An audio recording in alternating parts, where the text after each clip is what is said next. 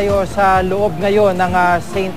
Joseph's Cathedral dito po sa Tagbilaran na Bohol, kung saan po nakikita po natin ito po yung mga relief goods na handog po ng GMA Kapuso Foundation, at sa kasalukuyan dumami na po itong tumutulong sa atin ng mga volunteers dahil na rin po sa panawagan ng GMA Kapuso Foundation na mapabilis at tumulong po o magbigay ng tulong ito pong mga volunteers, mapabilis ang pagre-repack sa mga goods na naririto po ngayon.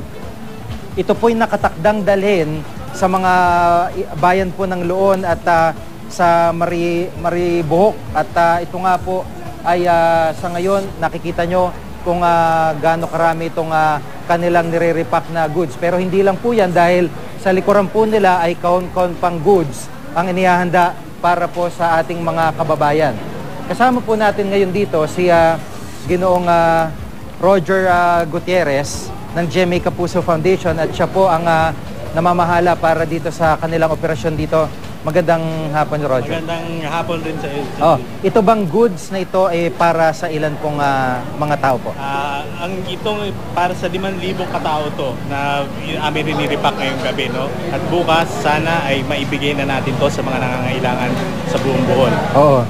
Sa ngayon talagang mahirap yung biyahe, putol ang mga tulay, bitak-bitak yung mga daan. Paano nyo plano i-deliver to sa mga kinaukulan? Kami po ay nakikipag-ugnayan sa lahat ng mga ahensya, MMDA, DPWH, Army, at saka yung Special Forces nila para maabot natin ang mga hindi naaabot ng mga tao sa buong Bohol. Oo. At yung mga volunteers, kanina narinig ko yung panawagan sa local radio, sa salita nila, sa dialect ng mga Bola, ang daming dumagsa. Marami pong dumagsa ngayon at kami nagpapasalamat sa mga tiga-Bohol.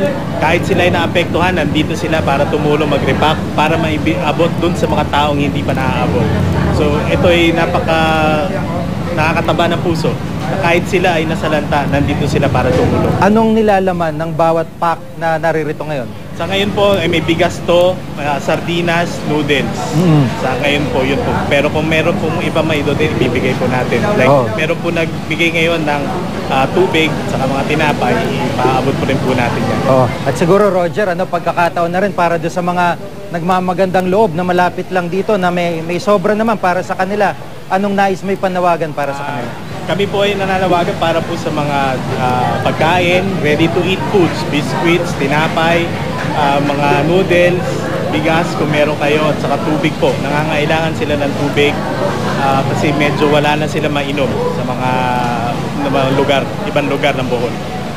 Isang tanong lang, kasi isa sa mga reklamo nila o daing nila yung kawalan ng mga palikuran dahil nga nagiba yung kanilang mga bahay. Sa ganitong pagkakataon, meron din ba tumutulong para mag-provide ng mga portalets kahit papano? Tayo po ay nakikipag-ugnayan para po dyan. Tignan po natin kung ano po ang magagawa po natin para tugunan ang pansin na yan. Okay, maraming salamat, Roger. Sige, nung Roger Gutierrez po ng GMA Kapuso Foundation. At ito nga po, tuloy-tuloy ang pagre-repack ng mga kapuso natin dito na hindi lang po nagdala ng goods, kundi po naghahatid pa o nagbibigay ngayon ng kanilang oras at serbisyo para lamang po makapag-repack ng goods ito na para pala sa 5,000 katao sa mga bayan ng Loon at Maribohok na talaga pong isolated, putol yung mga tulay at sira-sira po yung mga kalsada na amin pong nadaanan kanina.